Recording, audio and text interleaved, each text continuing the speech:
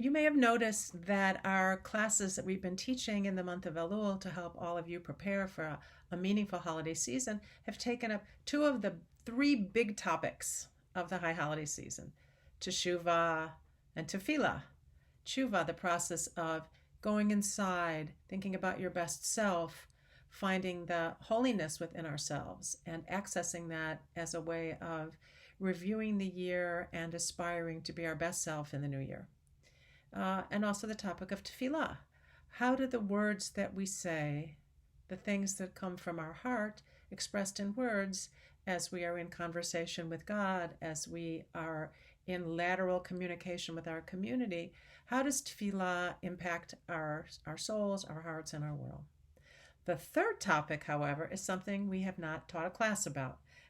It's less of something that is my normal comfort zone to talk about, but I want to just offer a short teaching now about tzedakah.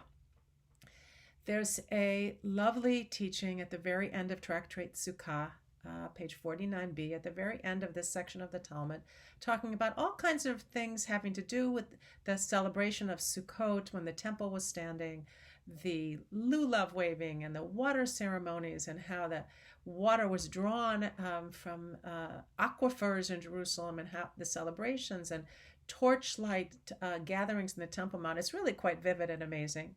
But there's a short conversation between Rabbi Elazar and some of his colleagues about what is the most important thing to know? What do we focus on? What's an essential? And that so much is like this message of Elul, when we're trying to just isolate and concentrate and condense into like, okay, what kind of work do I need to do?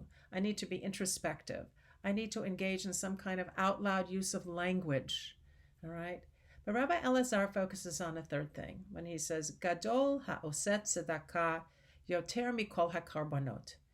And what he's really saying, and then he quotes from Proverbs to justify his claim. And what he's saying is, it's very nice that you have a lot of offerings. You're offering animals. And for us, because we operate under the principle that we have replaced sacrifices, animal sacrifices, with our language and our words, Rabbi Elazar is saying, that's all well and good. He said, but at the end of the day, it's tzedakah that makes a big difference. And that's the thing that's most desirable. Okay. Of course, there's a debate about, is it really that money you give, or is it also acts of kindness, gemilut chasadim? But Rabbi Elazar emphasizes, no, tzedakah is really essential. And I want to I believe that that's an important sort of condensing of an important message that Judaism offers, and that is also important to the year ahead. And as we think about our Elul year, our introspection is extremely important. Spiritually, psychologically, emotionally, we need to review where we are.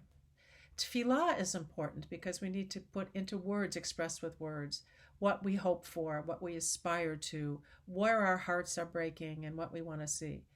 But tzedakah, rather than being an internal expression, is really in some ways where all of that work hits the road. It's how is it expressed in the world. Tzedakah is the place in which we use our resources to make things right or to improve the world in which we live. All right? Tzedakah is a real material way we show what values we have and what we want to do. And I think it's part of the Elul year because it allows us to extend our commitments that we're making to ourselves, to God, to our community, into real concrete actions. Tzedakah is how we are making promises that we want to see the world be a better place in 5782. And that's my message to our community about why tzedakah is important and why we really hope that you will help us in our high holiday campaign to raise $18,000 during this high holiday season. We want to hold this space for you at Orot. We want to continue to offer our classes that are nourishing, that push you to think in different ways and to look at different sources and try things out and to have challenging conversations with people. And we want to continue to offer you ways in which you can just feel your heart expand with meaning and purpose. But we also want to help you take those actions out into the world. And so we need your help and your tzedakah so we can continue to do that work. So we can offer more mindfulness programs, more Jewish wellness, more texts, offer more cohorts and to expand our work, to bring more teachers to you, which we hope you'll look forward to this year. We have a wonderful lineup of new teachers offering new classes.